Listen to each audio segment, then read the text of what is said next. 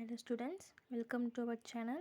இன்னைக்கு நம்ம properties of definite இன்டர்வல்ஸில் மாடுலஸ் மெத்தட் பார்க்க போகிறோம்.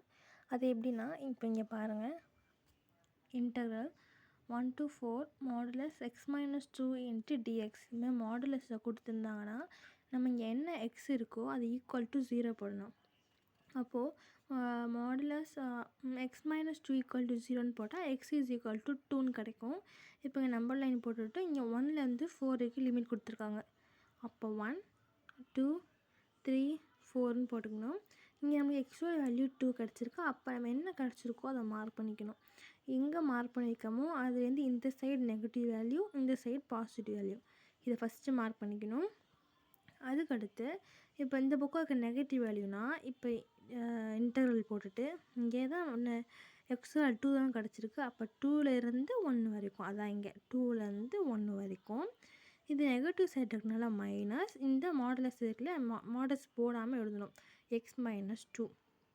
அதுக்கு அடுத்து ப்ளஸ், இங்கே என்ன 2லேருந்து மைனஸ் போனோமா, இப்போது 2லேருந்து பாசிட்டிவ் போகிறோம்.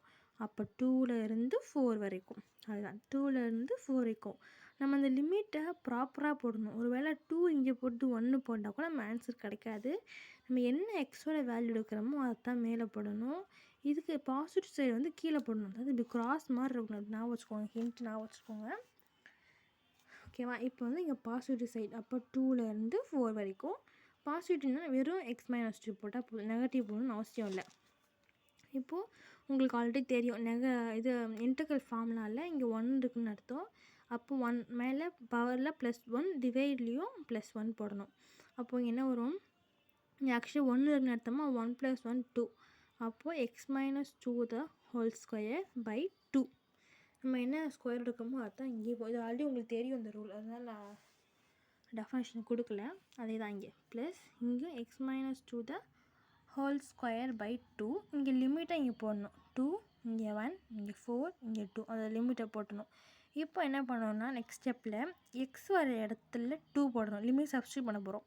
எக்ஸ் வர இடத்துல 2, இங்கே 2 போட்டிருக்கேன்னா -2 த ஹோல் ஸ்கொயர் பை 2. அப்புறம் என்ன பண்ணணும்னா மைனஸ், இப்போ 1 போட போகிறோம். Upper limit minus lower limit. Upper limit போட்டாச்சு, மைனஸ் லோயர் லிமிட் என்னென்னா இது -1 - 2 த ஹோல் ஸ்கொயர் பை 2. இப்போ ப்ளஸ் இந்த பக்கம் இங்கே 4, upper limit minus lower limit. ஓகேவா? இப்போ எக்ஸ் பதில் 4 - 2 பை 2 ஹோல் ஸ்கொயர் மைனஸ் இங்கே 2 - 2 த ஹோல் ஸ்கொயர் பை 2. இதுக்கு புரிஞ்சா? இப்போ நெக்ஸ்ட் ஸ்டெப் என்ன பண்ண போகிறோம் அப்படின்னா, இப்போ 2 - 2 0 ஸ்கொயர் பை 2 எனிதிங் 0 தான். அதனால் நீங்கள் 0 போடுங்க. இங்கே 0 போட்டிருக்கேன்னா அந்த ஸ்டெப்பை எழுதிட்டு நீங்கள் எழுதுங்க, அப்போ தான் கன்ஃபியூஸ் ஆகாமல் இருக்கும். 0 ஸ்கொயர் பை 2. அதுக்கடுத்து இங்கே என்ன இருக்குன்னா 1 - 2 இருக்குது. அப்போ -1 வரும். அது ஸ்கொயர் பண்ணால் +1, அப்போ +1 பை 2. இங்கே மைனஸ் இருக்கனால -1 பை 2. அந்த மைனஸும் இந்த மைனஸ் தான் ப்ளஸ்ஸு. இந்த இடத்துல ரொம்ப கேர்ஃபுல்லாக கவனிங்க. இங்கே 1 இருக்குது, இங்கே -2 இருக்குது. ரெண்டையும் பண்ணால் -1 வரும். அப்போ -1 ஸ்கொயர் பண்ணால் என்ன, +1. அப்போ 1 பை 2.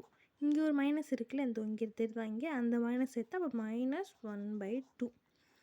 அந்த மைனஸும் இங்கே பெரிய மைனஸ் இருக்கு இல்லையா, அதை போட்டோம்னா ப்ளஸ்ஸு. புரியுதா? நான் இங்கே போடாமல் இருக்கேன், இங்கே இருப்பாங்க, சாரி, இங்கே ப்ளஸ் வரும். ஓகேவா? +1 பை 2, இங்கே இருக்க ப்ளஸ்ஸு. 4 - 2 எவ்வளோ, 2 ஸ்கொயர் வந்து 4, அப்போ 4 பை 2 மைனஸ் 2 - 2 0 ஸ்கொயர் பை 2. இதுக்கு கம்ப்ளீட்டாக புரிஞ்ச எல்லாத்துக்கும் இங்கே ப்ளஸ் தான் வரும். இப்போது 0 எனிதிங் பை 0, அதாவது 0 பை 2 வந்து 0, +1 பை 2 +4 பை 2, இது 0. ரெண்டுத்தையும் ஆட் பண்ணால் 5 பை 2. இதுதான் நம்மளோட டோட்டல் ஆன்சர். இது வந்து ப்ராப்பர்ட்டிஸ் ஆஃப் டெஃபினட் இன்டெக்ரலில் மாடுலஸ் மெத்தட். இன்னும் நான் நிறையா சம்ஸ்லாம் உங்களுக்கு போடுறேன். டவுட்னா கமெண்டில் கேளுங்க. தேங்க்யூ.